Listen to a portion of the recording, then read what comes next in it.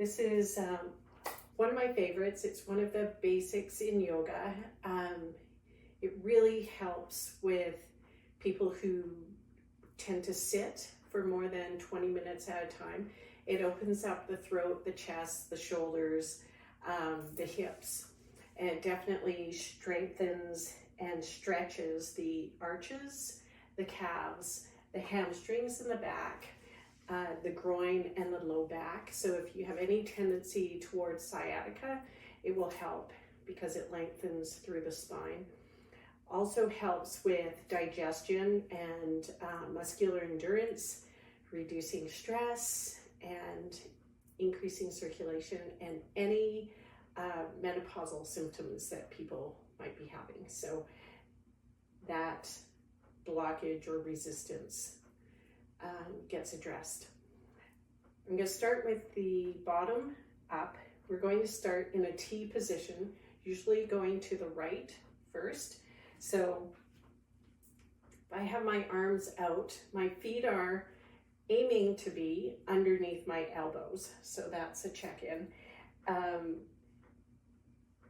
This imaginary line between my second toe bisecting my heel will intersect with the arch of my back foot. So I'm going to have my right foot pointed to the short edge of the mat, and I'm going to call the other foot my back foot. The pinky edge of my back foot is going to be perpendicular to this foot or parallel to the back edge of the mat. If you like, you can even go 15 degrees if you can do that internal rotation. So it's external rotation in this hip, internal rotation in this hip, and we're trying to square up the pelvis with the long edge of the mat and the wall in front of us. So we'll start. I'm going to vertically stack my rib cage over my pelvis, my shoulders over my rib cage, and my head, like imagine there's a thread going through my ears. That line would be over my shoulders. And then I'm just going to hold that and rock. Might get a stretch through inner thigh, groin,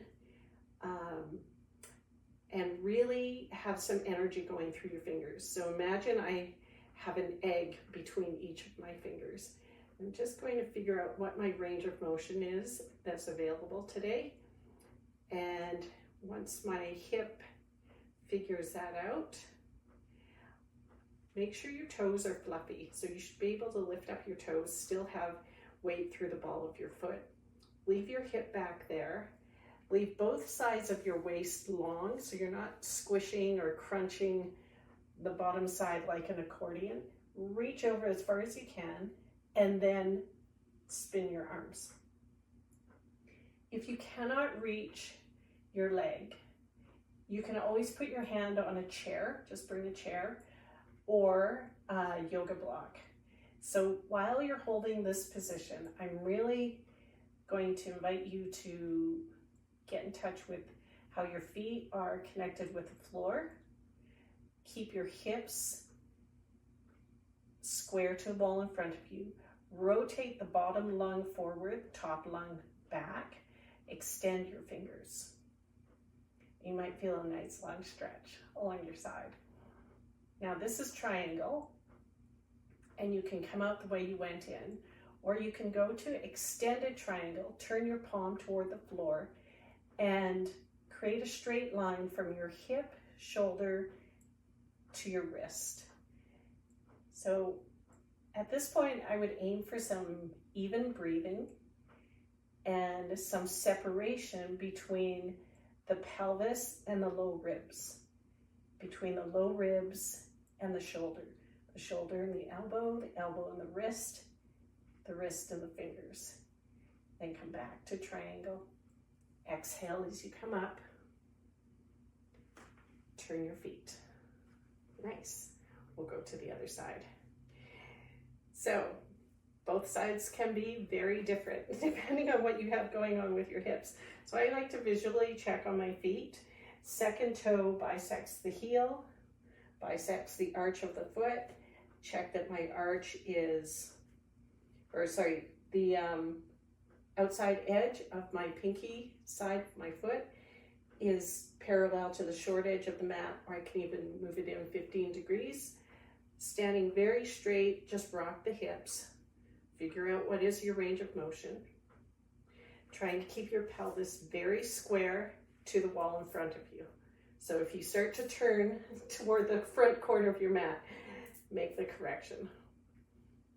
Okay, squeeze a lemon between your shoulder blades so you're standing very tall. Lift through the sternum, lift through the top of your head. Rock, rock, rock. Leave it there. Lengthen along both sides. Find your end of range and then rotate the arms. Bottom lung comes forward, top lung goes back. You can rest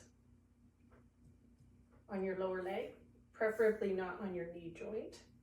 And if it's available to you, you can turn your gaze to your top thumb.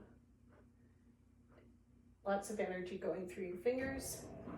You can extend, going into extended triangle, separation between the pelvis and the low ribs. No ribs in the shoulder, shoulder in the wrist. Reaching, reaching, reaching. Beautiful stretch for your QL at the back, your lower back. Come back to triangle. Exhale on your way up. You can rock, come out, and go for a little walkabout. Compare how you feel to when we started. And